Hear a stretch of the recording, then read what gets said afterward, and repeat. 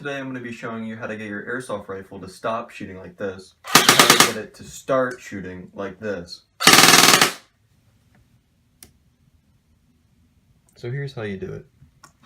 Basically, I got this idea that I knew that LIPOs, especially ones with higher voltages, rather than, this was the stock battery that it came with, 8.4 1600 mAh, not sure what the C rating is, but as you saw in the little clip that I put in before this, pretty slow battery as far as the rate of fire is concerned.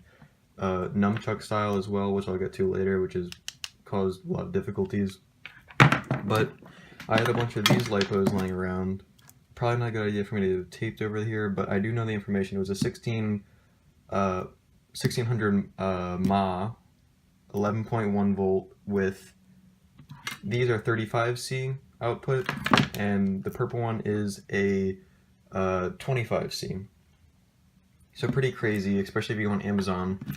You won't be able to find ones with 35C outputs and 25C outputs, which are kind of hard to find, but especially for airsoft. So I kind of like rigged this up myself. And what I started with was, so I know I wanted to hook these up, and these don't fit, as you can see right here. These do not fit into an airsoft rifle. And I knew that there was going to be some type of conversion that I would have to do, maybe some soldering involved. So I went online and I looked up the name of this, and I looked up the name of the airsoft top. I'm not exactly, well, I know it's called the tamia now, but I didn't at the time. So here, I'll show you this. This is what I ended up building, the dongle thing that connects the little LIPOs that I have to the gun. And I did have some trouble doing this.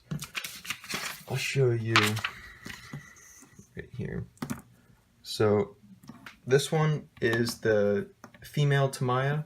So you plug, this one gets something to plug into it, and this is the male XT60. I don't know if you can see this or not, but it does say XT60 on there. So I know that I needed a male XT60 and a female tamia, so I went online and I searched around, and I did find one. I found what I exactly was looking for. I'll put the link in the description. But the problem is, I'm not sure if you're aware or not, but the tamia has multiple different sizes that it comes in, and most standard airsoft rifles do not use the same large size that it came with in the conversion pack that I bought. I think it was maybe $5, $6, something like that. So this is what I had to do, because I bought it, and the tamia does not fit, or did not fit. So here's a little diagram that I drew. I had an old airsoft gun that had a battery in it. This is a terrible drawing, but this is like, it was an AK battery, and this is supposed to represent this tamia right here. So you can see it's taped right here. So the battery that was right here, I made a cut right there, which allowed me to keep all of this wire. And then this is the LIPO. So this one has the X1060 outlet right here, and then this is like the charging cable. I'm not exactly sure what this is called. It's not really important for the video, unless you need to buy a charger for it. But you can just look up LIPO charger, and they're all relatively the same.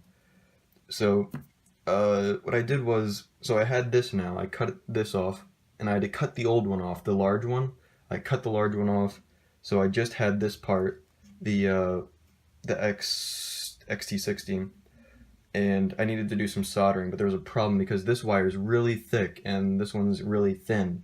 So what I did was I stripped both ends and I wrapped this one over the large one. I wrapped it around, which allowed me to solder and give it more contact points, because you really don't want that falling off. And then I individually wrapped electrical tape around each one of these. So the black wire, I soldered those two together, wrapped some electrical tape around it, soldered the red ones, put some electrical tape around that, and then electrical tape the entire thing like this, just so there's no way that this is going to come off. And so what this allowed me to do was I can now plug in my battery just like this. So you can see that that plugs in, that works. It does look a little bit weird. It's long, and now if I grab the gun,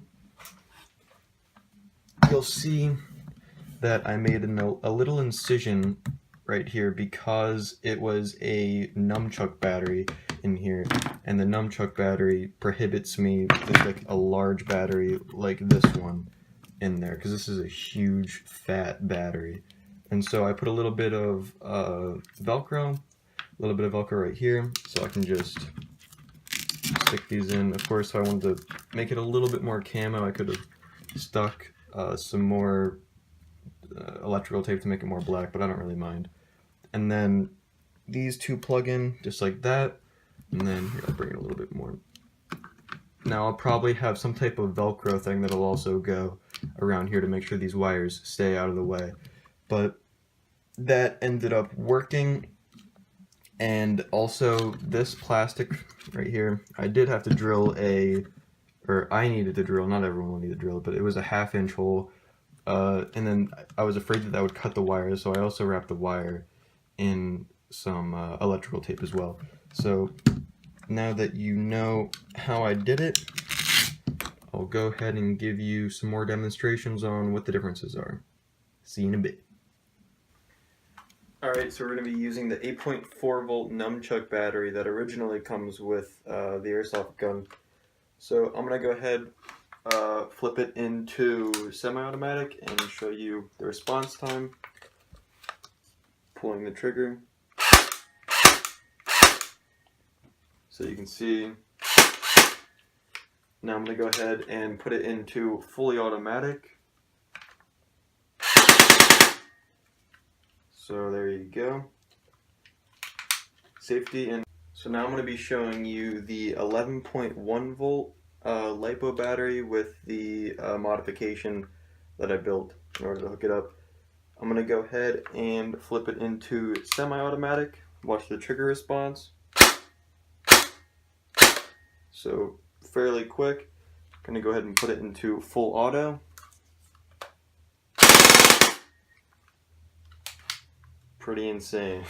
Hey guys, thanks for watching. Hopefully I could help some of you transfer your ordinary gun batteries into a gun that is able to shoot an 11.1 35C LiPo battery. If you enjoyed it, leave a like, and I'll see you guys next time. Thank you.